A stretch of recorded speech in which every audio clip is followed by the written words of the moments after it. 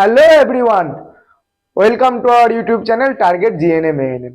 আর মাত্র 7 দিন বাকি পরীক্ষার, আর মাত্র কতদিন বাকি? 7 দিন বাকি। তাই আর বেশি চাপ চাপ বাড়িয়ে না কোনো লাভ নেই। বেশি চ্যাপ্টার ওয়াইজ আর কিচ্ছু করানো হবে না।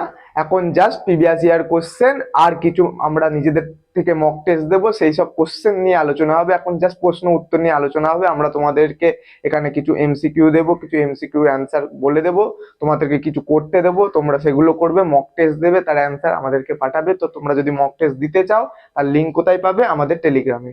তো তার জন্য তোমাদেরকে আমাদের ইউটিউব চ্যানেলের ডেসক্রিপশন বক্সে গিয়ে টেলিগ্রাম চ্যানেলে জয়েন হতে হবে। টেলিগ্রামে যাবে, তোমরা মক টেস্ট দিতে পারবে। তোমরা মক টেস্ট করে তার এমসিকিউর যে রেজাল্ট গুলো সেগুলো আমাদেরকে পাঠাবে। আমরা এখানে ক্লাস নিয়ে সেগুলো আলোচনা করে দেবো। আর এখন আমরা শুরু করেছি কি 2021-এর দুটো শিফট, 22-এর দুটো শিফট, আর 2023-এর যে এক্সামটা হয়েছিল সেই এক্সামের প্রত্যেকটা সাবজেক্টের প্রিভিয়াস ইয়ার কোশ্চেন ধরে ধরে আমরা এখন তোমাদেরকে সলভ করাবো, যাতে তোমাদের পরীক্ষায় কি ধরনের কোশ্চেন আসে আর অপশনগুলো কিভাবে সিলেক্ট করতে হয়, ক্যাটাগরি 1 ক্যাটাগরি 2 মিলিয়ে সেসব নিয়ে আমরা আলোচনা করব। তো আজ রূপম স্যার অলরেডি 2023-এর লাইফ সায়েন্সের ভিডিও আপলোড করে দিয়েছেন। তো আজ থেকে আমি তোমাদের ম্যাথামেটিক্স আর জেনারেল অ্যাপটিটিউডটা শুরু করব। আমি আজকে তোমাদেরকে ফার্স্টে 2021-এর ফার্স্ট শিফটে ম্যাথে যে কটা কোশ্চেন এসেছিল সেগুলো নিয়ে আলোচনা করব। তোমাদের প্রিভিয়াস ইয়ার নিয়ে অনেক কিউরিওসিটি ছিল, সেগুলো আজ সলভ করে দেবো। তো 2021-এর শিফট 1-এর ম্যাথামেটিক্সে 5টা কোশ্চেন এসেছিল, শিফট 2-তে 5টা কোশ্চেন, তারপর থেকে নাম্বার অফ কোশ্চেন ইনক্রিজ হয়েছে। কিন্তু 2021-এর শিফট 1-এ 5টা আর শিফট 2-তে 5টা এসেছিল। তো ফার্স্টে শিফট 1 নিয়ে আমি ক্লাস শুরু করছি। আজকে টোটাল 5টা ম্যাথ 2021-এর শিফট 1 থেকে করানো হবে। তো চলো, আর 5 দিন বাকি, ভালো করে প্র্যাকটিস করো, বেশি বেশি করে কোশ্চেন প্র্যাকটিস করো। যত কোশ্চেন প্র্যাকটিস করবে ততই তোমাদের ইমপ্রুভমেন্ট হবে। চলো, আজ 2021-এর পার্ট 1-এর শিফট 1, ম্যাথের শিফট 1। ফার্স্ট কোশ্চেন দেখো, বলছে 2, 4, 6, 10 এদের প্রত্যেকের সাথে কোন সংখ্যা যোগ করলে যোগফলগুলি সমানুপাতি হবে? 2, 4, 6, 10 এদের প্রত্যেকের সাথে কোন সংখ্যা যোগ করলে যোগফলগুলি সমানুপাতি হবে? দেখো, পরীক্ষায় বেশি সময় পাবে না, পরীক্ষার সময় অঙ্ক করার জন্য বেশি সময় থাকবে না, কারণ তোমাকে life science, physical science, general aptitude, আরো রিজনিং অনেক কিছু করতে হবে। তো যত পারবো আমরা ট্রিকে ঢুকবো। যদি ফর্মুলা ভেঙে ভেঙে করতে যাই, এখানে আবার ফর্মুলা লিখতে হবে, তার মিডল টার্ম করতে হবে, উৎপাদক বিশ্লেষণ, অনেক সময় খাবে। দেখো কিভাবে শর্ট ট্রিকে, কিভাবে ফর্মুলাতেই ফেলেই শর্ট ট্রিকে কিভাবে অপশন ধরে ধরে অ্যান্সার করতে হয় সেটা একটু দেখে নাও। একদম বেশি কঠিন কোশ্চেন আসে না, একদম ডাইরেক্ট টু ডাইরেক্ট কোশ্চেনই আসে। জাস্ট অপশন গুলো ভালো করে আর অঙ্কটা কি বলছে যদি ভালো করে বুঝতে পারো আর ট্রিকটা একটু দেখে নাও, তাহলে তোমরা বুঝতে পারবে। দেখো, বলছে 2, 4, 6, 10-এর সাথে প্রত্যেকের সাথে কোন সংখ্যা যোগ করলে যোগফলগুলি সমানুপাতি হবে। আমরা সেই যা ধরি, প্রত্যেকের সাথে ধরে নাও আমি কি যোগ করব? এক্স যোগ করব। 2, 4, 6, 10 প্রত্যেকের সাথে কি সংখ্যা যোগ করব? এক্স যোগ করব। যোগফলগুলি সমানুপাতি হবে। সমানুপাতি মানে কি? দুটো সমান অনুপাত, এই দুটো নাম্বারের অনুপাত আর এই দুটো নাম্বারের অনুপাত নাকি ইকুয়াল হবে, একে বলে সমানুপাতি। একে বলে কি? সমানুপাতি। মানে আমরা এইভাবে লিখি 2:4, যাকে বলে সমানুপাত, 6:10 এইভাবে লিখি।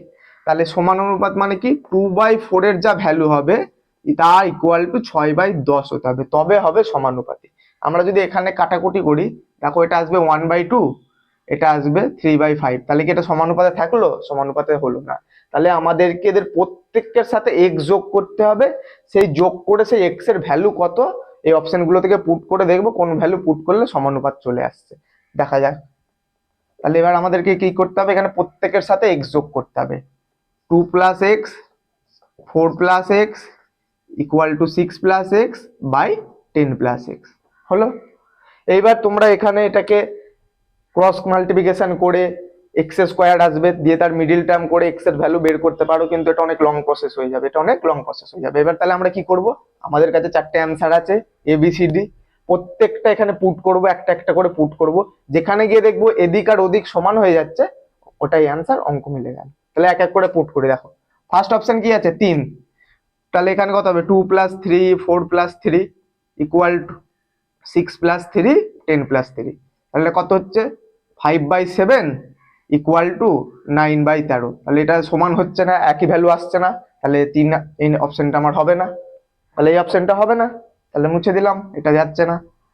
এবার তারপরের অপশন দেখো, 4, 2 + 4, দাঁড়াও, 1 মিনিট।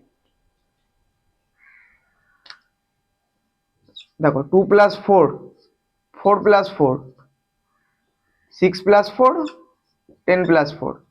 তাহলে 4 আর 2 6, 4 আর 4 8, 6 আর 4 10, 10 আর 4 14। কাটাকুটি যাবে দেখে নি, 3/4, 5/7। তাহলে এটাও তো মিলছে না, এটা 3 এর 4, এটা 5 এর 7, তাহলে এটাও মিলছে না। তাহলে 2 নাম্বার অপশন আমার হচ্ছে না। তাহলে এবার আমি কিসে যাব? 3 নাম্বার অপশনে। তাহলে আমি কিসে যাব? 3 number option. 3 number option, 3 number অপশনে কত বলেছে? 2 + 5, 4 + 5, 6 + 5, 10 + 5। তাহলে কত হচ্ছে? 7/9, আর এদিকে 11/15। তাহলে এটাও মিলছে না। তাহলে তিনটে অপশনই মিললো না। তাহলে আশা করি 4 নম্বর অপশনটা মিলে যাবে। আশা করছি 4 নম্বর অপশনটা মিলে যাবে। দেখা যাক। 4 নম্বর অপশনে কত আছে? 2। তাহলে 2 + 2 বাই 4 + 2 = 6 + 2 বাই 10 + 2। 2 + 2 by 4 + 2, 6 + 2 by 10 + 2। তাহলে দেখা যাক কি হচ্ছে। 2 + 2 কত? 4, 4 + 2 কত? 6, 6 + 2 কত? 8, 10 + 2 12। দেখো 2 দুগুণে 4, 3 দুগুণে 6, 4 দুগুণে 8, 4 3 12। দেখো দুদিকেই সমান হয়ে গেল। যখন আমি এখানে 2 পুট করলাম, দুদিকেই সমান হয়ে গেল। তাহলে 2:4 আর 6:10 এর সাথে 2 যোগ করলে যোগফলগুলি সমানুপাতি হচ্ছে। এখন তোমরা যদি মিডিল টার্ম করে করতে যেতে, অ্যান্সার মোটামুটি এর থেকে তো অন্তত বেশি লাগতো, ওখানে ভুল হওয়ার সম্ভাবনা থাকতো, x² আসতো, অনেক উৎপাদকে বিশ্লেষণ যেভাবে করে অনেক ঝামেলা থাকতো। আর এইভাবে করলে তোমার অপশন ধরে ধরে তুমি বুঝতেও পেরে যাবে যে কোনটা ঠিক কোনটা ভুল। তাহলে এরকম যখন অঙ্ক আসবে ডাইরেক্ট ফর্মুলায় ফেলে অপশনে চলে যাবে, তাহলে তাড়াতাড়ি হয়ে যাবে। তাহলে এটা গেল একটা। তাহলে দেখো 2 নাম্বার অঙ্ক কি বলছে, এটা মুছে দিলাম। 2 নাম্বার অঙ্ক নিচে আছে, উপরে পড়বো, এটা মুছে দিচ্ছি। অসুবিধা হলে ভিডিও পজ করে স্ক্রিনশট মেরে যেভাবে হোক তোমরা করে নিতে পারো, অসুবিধার কিছু নেই। দেখো বলছে দুটি ঘনকের আয়তনের অনুপাত 1:27। দুটি ঘনকের আয়তনের অনুপাত 1:27। ঘনক মানে কি? ঘনক মানে কি? আরে সেই লুডোর ছক্কা, ওটাকে বলে ঘনক। এই দুটি ঘনকের আয়তনের অনুপাত হচ্ছে 1:27। তাহলে ঘনকের আয়তনের ফর্মুলা কি? ঘনকের আয়তনের ফর্মুলা হচ্ছে a³ এ মানে সাইড, এ মানে কি? সাইড। ঘনকের আয়তনের ফর্মুলা হচ্ছে a³ মানে সাইড। তাহলে বলছে দুটি ঘনকের আয়তনের অনুপাত 1:27। তাহলে একটা ঘনক হচ্ছে 1:3, সরি, একটা ঘনক হচ্ছে a1 আর একটা ঘনক হচ্ছে a2। একটা ঘনক হচ্ছে a1 আর একটা ঘনক হচ্ছে a2। তাদের আয়তনের অনুপাত কত? a1:3:a2:3। ঠিক আছে, a1:3:a2:3। এবার তাদের অনুপাত আমাদের এখানে বলে দিয়েছে, তাদের অনুপাত আমার এখানে বলে দিয়েছে। কত বলে দিয়েছে? 1:27। 1:27। a1³ আর a2³ মানে হচ্ছে 1:27। মানে আমি এভাবে লিখতে পারি, লিখতে পারলাম। এবার আমি এখান থেকে a1/a2 বের করে নেবো। কিভাবে বের করবো? দুদিকে কিউব করে নেবো। 3 × 27।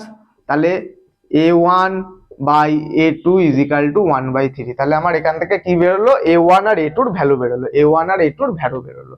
এবার কি বলেছে? তাদের সমগ্রতলের ক্ষেত্রফলের অনুপাত কত হবে? তাদের সমগ্রতলের ক্ষেত্রফলের অনুপাত কত হবে? সমগ্রতলের ঘনকের কটা তল? 6টা। তাহলে সমগ্রতলের ক্ষেত্রফল কত? 6a²। তাহলে ঘনকের সমগ্রতলের ফর্মুলা হচ্ছে 6a²। এখানে দুটো ফর্মুলা মনে রাখতে হবে, ঘনকের আয়তন হচ্ছে a³ আর ঘনকের সমগ্রতলের ক্ষেত্রফলের ফর্মুলা হচ্ছে 6a²।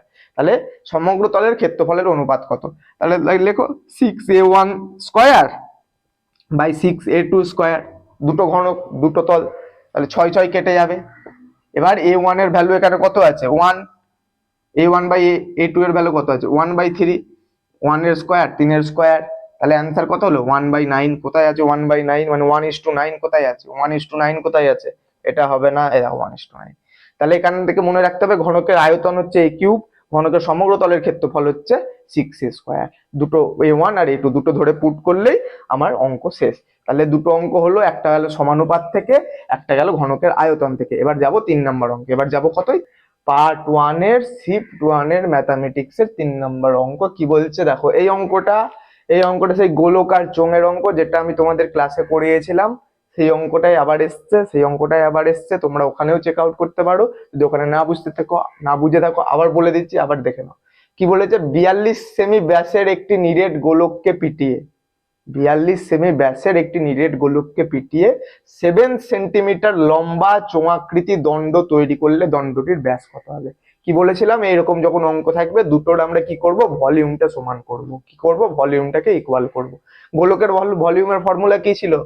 গোলকের ভলিউমের ফর্মুলা ছিল 4/3 পাই আর কিউব ছিল। আর চোঙের ফর্মুলা কি ছিল? Equal to pi r square h. আমাকে কে কি বের করতে বলেছে? এই যে দণ্ডটা, এই যে দ্বন্দ্বটা তার ব্যাস, তাই আমি এটাকে বড় আর দিয়ে দিলাম। এইটা যেহেতু বের করতে হবে তাই আমি এটাকে বড় হাতের আর দিয়ে দিলাম, পাই আর স্কোয়ার এইচ। ঠিক আছে। 42 সেমি ব্যাস, গোলকের ব্যাস বলেছে 42 সেমি, ব্যাস বলেছে 42 সেমি, ব্যাস হচ্ছে 42 সেমি। আমাদের তাকে কি করতে হবে, ব্যাসার্ধ বের করতে হবে। তাহলে আর কত হবে, ব্যাসার্ধ কত হবে? 42/2 ইকুয়াল টু 21। এটা যদি একটা গোলক হয়, এই পুরোটা যদি ব্যাসার্ধ হয়, তার হাফ হচ্ছে তার ব্যাস, তার মানে তার হাফ করতে হবে, তার মানে 42/2। তাহলে আমার কত বেরোলো, ব্যাসার্ধ 21। তাহলে আমার এখানে ভলিউম 4/3 পাই আর কিউবের জায়গায় বসবে 21 কিউব। 21 কিউব মানে 21 ইন্টু 21 ইন্টু 21। ঠিক আছে। পাই আর স্কোয়ার এইচ, পাই আর স্কোয়ার এইচ কত, এইচ কত বলেছে দেখো, 7 সেন্টিমিটার লম্বা, হাইট বলেছে, এইচ মানে হাইট, এইচ কত 7। তাহলে পাই আর স্কোয়ার ইন্টু 7, পাই আর স্কোয়ার ইন্টু 7। তাহলে এবার কাটাকুটি দেখো, পাই পাই কেটে গেল, পাই পাই কেটে গেল, 4 into 21 into 21 into 21 equal to r স্কোয়ারটা এখানেই থাকলো, এখানে 3 আছে, 3টা লিখলাম, এই 7টা এখানে চলে এলো, 3টা নিচেই থাকলো, ক্রস মাল্টিপ্লিকেশনের 7টা এখানেই চলে এলো। এবার কাটাকুটি যাবে, দেখো 3 1 3, 3 7 21, 7 7 কেটে গেল, 7 7 কেটে গেল। তাহলে আলটিমেটলি কি থাকলো, একটা 4 থাকলো, একটা 4 থাকলো, দুটো 21 থাকলো, দুটো 21 থাকলো, আর এদিকে কি থাকলো, আর স্কোয়ার। এবার যদি আমাকে আর এর ভ্যালু বের করতে হবে, তো আমাকে তো ব্যাস বের করতে হবে। ব্যাস বের করতে গেলে আগে ব্যাসার্ধ বের করতে হবে, তাই আমাকে কি বের করতে হবে, আর আর বের করতে হবে। আর এর জন্য কি করব, এদিকে আর লিখলে স্কোয়ার থেকে ভাঙলে এদিকে কি চলে আসবে, স্কোয়ার রুট। স্কোয়ার রুট চলে এলো। 4-এর স্কোয়ার রুট কত, 4-এর স্কোয়ার রুট কত 2, আর দুটো 21 থেকে একটা 21 আসবে। তাহলে আর ইজিক্যাল টু কত হলো, আর ইজিক্যাল টু 2 ইন্টু 21 মানে 42। কত হলো, 42। এটা কি বেরোলো, ব্যাসার্ধ। এটা কি বেরোলো, ব্যাসার্ধ। আমাদের কি বের করতে হবে, ব্যাস, মানে এইটুকু বেরোলো, এইটুকু বেরোলো 42। আমাকে বের করতে হবে পুরোটা, তার মানে উল্টো করবো, এবার 2 দিয়ে গুণ করব। ব্যাস দেওয়া ছিল, ব্যাসার্ধ বের করলাম, 2 দিয়ে ভাগ করলাম, ব্যাসার্ধ দেওয়া আছে, ব্যাস বের করতে হবে, 2 দিয়ে গুণ করবো। তাহলে 42 ইন্টু 2 কত হবে, 84। তাহলে অ্যান্সার কি হবে, দণ্ডটির ব্যাস কত হবে, 84 সেন্টিমিটার। দণ্ডটির ব্যাস কত হবে, 84 সেন্টিমিটার। এই সেম অঙ্কটাই আমি আমার ক্লাসে নিয়েছিলাম, যখন গোলকার শঙ্কুর সবকটা ফর্মুলা, 6টা না 8টা ফর্মুলা একসাথে মিলিয়ে একটা ক্লাসে বলেছিলাম, তখনও সেম অঙ্কটা ছিল। এই অঙ্কে একটা ভুল হয় কি, আমরা এই দুটো আর একই লিখে দিই, এটাও ছোট হাতের লিখে দিই, এটাও ছোট হাতের লিখে দিই, যার জন্য আমরা কাটাকুটি করে বেশি দিয়ে আমরা অঙ্কটা ভুল করে বেশি। কিন্তু এখানে দণ্ডটার ব্যাস আলাদা, গোলকের ব্যাস আলাদা, তাই দুটোর আর, একটাকে ছোট হাতের আর লিখবে, একটাকে বড় হাতের আর লিখবে, তাহলে ভুলটা হবে না, তাহলে ভুলটা হবে না। চলো এবার আমরা যাব 5 নম্বর অঙ্কে। এবার যাব 5 নম্বর অঙ্কে। 5 নম্বর অঙ্কটা নিচে আছে, আমাকে মুছতে হবে। তোমাদের যদি অঙ্কটা দরকার লাগে স্ক্রিনশট তুলে নাও, ভিডিও পজ করে অঙ্কটা প্র্যাকটিস করে নাও। এবার আমরা করব 5 নম্বর অঙ্ক।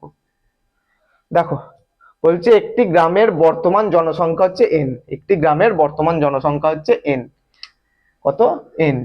আর প্রতি বছর জনসংখ্যা বৃদ্ধির হার 2x% হলে, কত পার্সেন্ট হলে, 2x% হলে, জনসংখ্যা বৃদ্ধির হার বলেছে 2x%। 5 বছর পর মোট জনসংখ্যা কত হবে, কত বছর পর, 5 বছর পর মোট জনসংখ্যা কত হবে। এই যে গ্রামের বর্তমান জনসংখ্যা দিয়ে অঙ্কটা দিয়েছে, এই অঙ্কটা ঠিক সেই রকম যেমনটা কম্পাউন্ড ইন্টারেস্ট, সিম্পল ইন্টারেস্ট, মানে যে ব্যাংকের সুদের হারের অঙ্কগুলো থাকে, সুদের অঙ্কগুলো থাকে, ওইগুলোতে যেমন অঙ্ক থাকে, এইটা সেম অঙ্কই দিয়েছে, কিন্তু এটা জনসংখ্যা দিয়ে দিয়েছে, এখানে টাকা পয়সার কোনো ব্যাপার বলেনি। সেই বর্তমান জনসংখ্যা n, টোটাল অ্যামাউন্টের জায়গায় বর্তমান জনসংখ্যা দিয়েছে, সুদের হারের জায়গায় জনসংখ্যা বৃদ্ধির হার দিয়েছে, আর 5 বছর পর ইন্টারেস্ট কত হবে, এরকম যে অঙ্ক থাকে, 5 বছর পর মোট জনসংখ্যা কত দিয়েছে, সেই ঠিক এই আমাদেরকে ব্যাংকের টাকা পয়সার জায়গায় জনসংখ্যা দিয়ে অঙ্কটা দিয়েছে। তাই এখানে আমরা কোন ফর্মুলাটা অ্যাপ্লাই করব, কম্পাউন্ড ইন্টারেস্ট, চক্রবৃদ্ধি সুদের যে ফর্মুলাটা করানো হয়েছিল, সেই চক্রবৃদ্ধি সুদের ফর্মুলাটা আমরা এখানে অ্যাপ্লাই করব। ফর্মুলাটা কি ছিল, amount, amount is equal to p into 1 plus r by 100 to the power n। ঠিক আছে, এইটা ছিল আমাদের ফর্মুলা, এটা ছিল আমাদের কি ফর্মুলাটা। এনটার জায়গায় টি লিখতে পারো, টাইম ওটা, এন এর জায়গায় টি লিখতে পারো। দেখো এখানে আমার তো অ্যামাউন্ট বের করতে বলেনি, এখানে আমাকে বের করেছে জনসংখ্যা। এই মোট জনসংখ্যাটা এখানে অ্যামাউন্ট, এখানে মোট জনসংখ্যাটা আমার অ্যামাউন্ট, এখানে মোট জনসংখ্যাটা আমার অ্যামাউন্ট। পি এর জায়গায় আমরা লিখবো এন, গ্রামের বর্তমান যে জনসংখ্যাটা ওটা পি এর জায়গায় থাকবে। 1 এর জায়গায় 1 প্লাস সুদের হার কত বলেছে 2x%, আরটা ছিল সুদের হার, তাহলে এখানে পার্সেন্টেজ কত আছে, জনসংখ্যা বৃদ্ধির হার কত আছে 2x%, তাহলে আর এর জায়গায় চলে আসবে 2x বাই 100। আর কত বছর পর বের করতে বলেছে 5 বছর পর, তাহলে টি এর জায়গায় চলে আসবে 5। হয়ে গেল অঙ্ক। এবার কাটাকুটি যাবে, দেখো 2 একে 2, 2 5 50, তাহলে n plus n into 1 plus x by 50 whole 5, এই অপশনটা যেখানে আছে সেটা ঠিক হবে। দেখো এখানে আছে অপশনটা n into 1 plus x by 50 to the power 5। এইটাকে বলছে কম্পাউন্ড ইন্টারেস্ট, চক্রবৃদ্ধি সুদ। Amount equal to p into 1 plus r by 100 whole to the power t. এই অঙ্ক থেকে, চক্রবৃদ্ধি সুদ থেকে প্রত্যেক বছরই একটা করে কোশ্চেন আসবেই আসবে, এসছেও এবছরও আসবে। ফর্মুলাটা মনে রাখবে, ডাইরেক্ট অঙ্ক আছে, ভয়ের কিছু নেই, ঝামেলার কিছু নেই। এইভাবে অঙ্কগুলো বসিয়ে দেবে। যদি টাকা দিয়েও না আসে, জনসংখ্যা দিয়েও আসে, তাহলে আমরা এই ফর্মুলাটা অ্যাপ্লাই করব। চলো 4 নম্বর অঙ্কটা হলো। এবার আমাদের লাস্ট অঙ্ক 5 নম্বর অঙ্ক, 2021-এর লাস্ট অঙ্ক, 2021-এর শিফট 1 এর ম্যাথামেটিক্সের লাস্ট অঙ্ক। কি বলছে, রাম, অঙ্কটা বড় দেখে ভয় পাওয়ার কিছু নেই, সব থেকে ছোট অঙ্ক। রাম ও মাধব একটি কাজ 4 দিনে শেষ করে। রাম আর মাধব দুজন বন্ধু একটা কাজ 4 দিনে শেষ করে। আলাদাভাবে যদি কাজটা করে তখন রামের যতদিন সময় লাগে, আলাদাভাবে কাজ করলে রামের যতদিন সময় লাগে, মাধবের তার থেকে 6 দিন বেশি লাগে। রাম একা কাজটি কতদিনে শেষ করবে? সেই এক্স, ধরো রাম একা কাজটা কি করবে, রাম একা কাজটা এক্স দিনে শেষ করবে। রাম একা কাজটা কত দিনে শেষ করবে, এক্স দিনে শেষ করবে। আর মাধবের ওই কাজটা করতে কতদিন লাগে, রামের যতদিন সময় লাগে মাধবের তার থেকে 6 দিন বেশি লাগে। রামের লাগছে এক্স দিন, তাহলে মাধবের 6 দিন বেশি লাগবে, তাহলে কত লাগবে, এক্স প্লাস 6 দিন। কতদিন লাগবে, এক্স প্লাস 6 দিন। আর আমরা টোটাল কাজটা, যে যতটা কাজ করছে তাকে আমরা ধরছি 1 ইউনিট। টোটাল কাজ কত করছে ধরলাম, 1 ইউনিট কাজ করছে। টোটাল কাজ কত করছে, 1 ইউনিট। তাহলে ওই কি নিয়ম, সেই ছোটবেলায়, রাম এক্স দিনে কাজ করে 1 ইউনিট, রাম এক্স দিনে কাজ করছে 1 ইউনিট। তাহলে একদিনে কত কাজ করছে রাম, একদিনে তাহলে কাজ করছে 1/x ইউনিট। ঠিক আছে, সিমিলারলি মাধব এক্স প্লাস 6 দিনে কাজ করছে 1 ইউনিট, তাহলে একদিনে কত কাজ করছে 1/x প্লাস 6 ইউনিট। তাহলে রাম একদিনে কাজ করছে 1/x ইউনিট, মাধব একদিনে কাজ করছে 1/x প্লাস 6 ইউনিট। দুটো কন্ডিশন গেল। আচ্ছা, আর একটা কন্ডিশন এখানে কি বলেছে, রাম আর মাধব একটি কাজ 4 দিনে শেষ করে। মানে ওরা যখন একসাথে কাজটা করে তখন ওরা কত দিনে শেষ করছে, 4 দিনে। তাহলে রাম আর মাধব 4 দিনে একটি কাজ শেষ করে। 4 দিনে কত কাজ করছে, একটা কাজ 1 ইউনিট কাজ। তাহলে একদিনে কটা কাজ করবে, 1/4 ইউনিট। এই হয়ে গেল আমার 3টে কন্ডিশন। এইবার বলছে রাম করছিল 1/x কাজ, মাধব করছিল 1/x প্লাস 6 ইউনিট কাজ। এই দুটো কাজ, এরা দুজন মিলে যে কাজ করছে সেটাই হচ্ছে রাম প্লাস মাধব, রাম আর মাধব একসাথে যেটা করছে, মানে এই দুটো যোগ করে যা বেরোবে সেটা এইটার ইকুয়াল হবে। মানে রাম আর মাধব একসাথে যে কাজটা করছে, রাম আর মাধব একসাথে কত করছে 1/4, রাম আর মাধব একসাথে কত করলো 1/4, রাম আলাদাভাবে কত করছে 1/x প্লাস মাধব যতভাবে করছে 1/x প্লাস 6। তাহলে এবার দেখো, এটা রাম আর মাধবের টোটাল কাজ একসাথে যত ছিল, এখানেও রাম আর মাধবকে আমরা একসাথে করে দিলাম, মানে রাম প্লাস মাধব করে দিলাম। তাহলে এটা ইকুয়াল টু এটা, বুঝতে পারলে এটা? এইবার হচ্ছে অঙ্কটা এবার আমরা কিভাবে করব। দুটো সেই একই ব্যাপার, তুমি এখান থেকে ডাইরেক্ট ভ্যালু পুট করে দিতে পারো, দিয়ে দেখতে পারো 1/4 আসছে নাকি। যদি আসে ওইটাই অ্যান্সার হয়ে যাবে। আর নয়তো এটাকে এলসিএম করে, মানে লসাগু করে, সেই মিডিল টার্ম করে ফ্যাক্টর আনতে হবে। তো তোমাদের যেটা ইচ্ছা তোমরা করতে পারো। আমি তোমার উৎপাদক বিশ্লেষণ সবাই করতে পারো, তাই আমি ওই প্রসেসে যাব না। আমি অপশন ধরে ধরে ট্রিক কিভাবে করে অ্যাপ্লাই করে অঙ্কটা করতে হয় সেটা আমি দেখিয়ে দিচ্ছি। ঠিক আছে, উৎপাদক বিশ্লেষণে আমি আর যাচ্ছি না, ওটা তোমরা সবাই পারবে। আর ওটা বড় প্রসেস হয়ে যাবে, তোমরাও পরীক্ষায় চেষ্টা করবে ট্রিকটা অ্যাপ্লাই করতে। আমাকে তো আলটিমেটলি এক্স এর ভ্যালু বের করতে হবে, রামের কাজটা বের করতে হবে, মানে এক্সটা বের করতে হবে। তাই আমার এখানে যে ভ্যালুগুলো আছে ওগুলো পুট করে আমি দেখে নেবো 1/4 আসছে নাকি, কারণ ইকুয়াল টু মানে কি সমান, এইটার যা ভ্যালু হবে সেটা 1/4 এর ইকুয়াল হতে হবে, তাহলে আমার অ্যান্সার হয়ে যাবে। তাহলে দেখো ফার্স্ট অপশন দেখো 12 আছে, আমি তাহলে লিখলাম কি, ফার্স্ট অপশন আছে কি 12, তাহলে আমি কি লিখছি 1/12। ফার্স্ট অপশন কি আছে 12, 1/12 প্লাস 1/12 প্লাস 6 মানে কত হলো 1/12 প্লাস 1/18 হয়েছে। 1/12 আর 1/18 এদের লসাগু কত হয়, এই লসাগু করবে 6 2 12, 6 3 18, 3 2 6 36, কত হলো 36, 3 12 36 প্লাস 18 2 36, তাহলে 5/36। তাহলে আমার 5/36 আর 1/4 ইকুয়াল টু হয় না, সমান না, 5/36 মানে 1/4 না, তাহলে আমার ফার্স্ট অপশনটা বাদ, ফার্স্ট অপশনটা আমার চলে গেল কি বাদ, ফার্স্ট অপশন আমাদের বাদ চলে গেল। এবার আমরা যাব সেকেন্ড অপশন, সেকেন্ড অপশনে। সেকেন্ড অপশন কত বলেছে 3, সেকেন্ড অপশন কত বলেছে 3, দেখো 1/3, 1/3, 1/3, 1/3 প্লাস 1/3 প্লাস 1/3 প্লাস 6, 1/3 প্লাস 6, তাহলে 1/3 প্লাস 1/9, এলসিএম 9, 3 3 কে 9, 9 1 কে 9, 4/9, তাহলে এই অপশনটাও আমার হচ্ছে না, কারণ এই অপশনেও আমার 1/4 আসছে না, তাহলে এটাও বাদ। এবার আসবো তারপরেরটাই, কি আছে 6, 1/6 প্লাস 1/6 প্লাস 6, তাহলে 1/6 প্লাস 1/12, লসাগু 12, 6 2 12, 3/12, এই দেখো 1 এর 4 চলে এসেছে, 3 1 কে 3, 3 4 12, অপশন 6 তে 1 এর 12 আমার চলে এসেছে, আমার অপশন 9 দেখে লাভই নেই। 1/6 প্লাস 1/6 প্লাস 6 কত হলো 12, এলসিএম কত মানে লসাগু কত হলো 12, 6 2 12, 12 কে 12, 3 1 কে 3, 1 এর 4, 1 এর 4 মিলে গেল। আমার অত বড় খাটনি লাগবে না, আবার ওখানে ভুল হওয়ার সম্ভাবনাও থাকবে, কারণ অপশন ধরে ধরে করবো, ভুলের কোনো জায়গায় নেই, ভুলের কোনো জায়গায় নেই। তাহলে আমার অ্যান্সার কত বেরোলো 6 দিনে। তাহলে রাম ও মাধব একটি কাজ 4 দিনে শেষ করে, রামের যতদিন সময় লাগে মাধবের তার চেয়ে 6 দিন বেশি সময় লাগে, তাহলে রাম একা কাজটা কত দিনে শেষ করবে 6 দিনে। আর যদি বলতো মাধব কত দিনে শেষ করবে, রামের যেহেতু 6 দিন লেগেছে, মাধবের 6 দিন আরো বেশি লাগবে, তাহলে মাধবের কাজটা হবে 12 দিনে শেষ। ঠিক আছে, তাহলে অঙ্কটা বুঝতে পারলে আশা করি, তোমরা পারলে মিডিল টার্ম করে করতে পারো, সেটা তোমাদের ইচ্ছা, ওটা টাইম কনজিউমিং ব্যাপার হবে, আর অপশন ধরে করলে তোমার ভুলের চান্সও কম থাকবে, মিলার চান্সটা বেশি থাকবে। ঠিক আছে, 4টে অপশনের মধ্যে তোমার অ্যান্সার পেয়ে যাবে। তাহলে 2021-এর শিফট 1-এর 5টা কোশ্চেন ছিল, 5টা কোশ্চেনই করিয়ে দিলাম, আশা করি তোমরা বুঝতে পারবে, না বুঝতে পারলে কমেন্টে জানাবে। এরপরে 2021-এর শিফট 2 আসবে, 2022-এর শিফট 1, তারপরে 22-এর শিফট 2, তারপরে 23, এই করে ম্যাথামেটিক্সের যে কটা প্রিভিয়াস ইয়ার ছিল সলভ হয়ে যাবে। কিন্তু শুধু প্রিভিয়াস ইয়ার করলে কি হবে, শুধু প্রিভিয়াস ইয়ার করলে হবে না, তোমাদেরকে এর জন্য মক টেস্ট দিতে হবে, মক টেস্ট দিতে হবে। তার জন্য তোমাদেরকে আমাদের টেলিগ্রাম চ্যানেল জয়েন হতে হবে। সেই টেলিগ্রাম চ্যানেলের লিঙ্ক কোথায় পাবে, আমাদের টার্গেট জিএনএম এএনএম ইউটিউব চ্যানেলের ডেসক্রিপশন বক্সে, ডাইরেক্ট লিঙ্কে ক্লিক করো, জয়েন হয়ে যাবে, কোনো ঝামেলা ঝুটি নেই, কোনো সার্চ টার্চ মারার দরকার নেই, ডাইরেক্ট লিঙ্কে জয়েন করো, জয়েন হয়ে যাবে। যদি প্রবলেম হয় দেন তোমরা যে রূপম RS401 বলে যে চ্যানেল টেলিগ্রামে সার্চ মারলে তোমরা পেয়ে যাবে। তো এর জন্য মক টেস্ট দেওয়ার জন্য, আমাদের অঙ্কের প্র্যাকটিস করার জন্য, এছাড়া অন্য সাবজেক্টেরও মক টেস্ট তোমরা টেলিগ্রাম চ্যানেলে পেয়ে যাবে। তার জন্য তোমাদেরকে আমাদের টেলিগ্রাম চ্যানেলে আমরা বারবার জোর করছি তোমাদের টেলিগ্রাম চ্যানেলে জয়েন হওয়ার জন্য।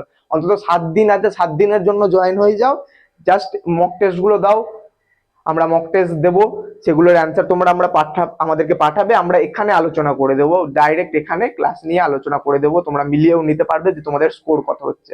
তাই মক টেস্ট দেওয়ার জন্য হোক, আমাদের চ্যানেলে তাড়াতাড়ি জয়েন করো, ইউটিউব লিঙ্ক পেয়ে যাবে, ইউটিউবের ডেসক্রিপশন বক্সে আমাদের চ্যানেলের লিঙ্ক পেয়ে যাবে। আর ভিডিওটা যদি ভালো লাগে লাইক শেয়ার সাবস্ক্রাইব করো, কমেন্ট করো। চলো টাটা, অল দ্য বেস্ট।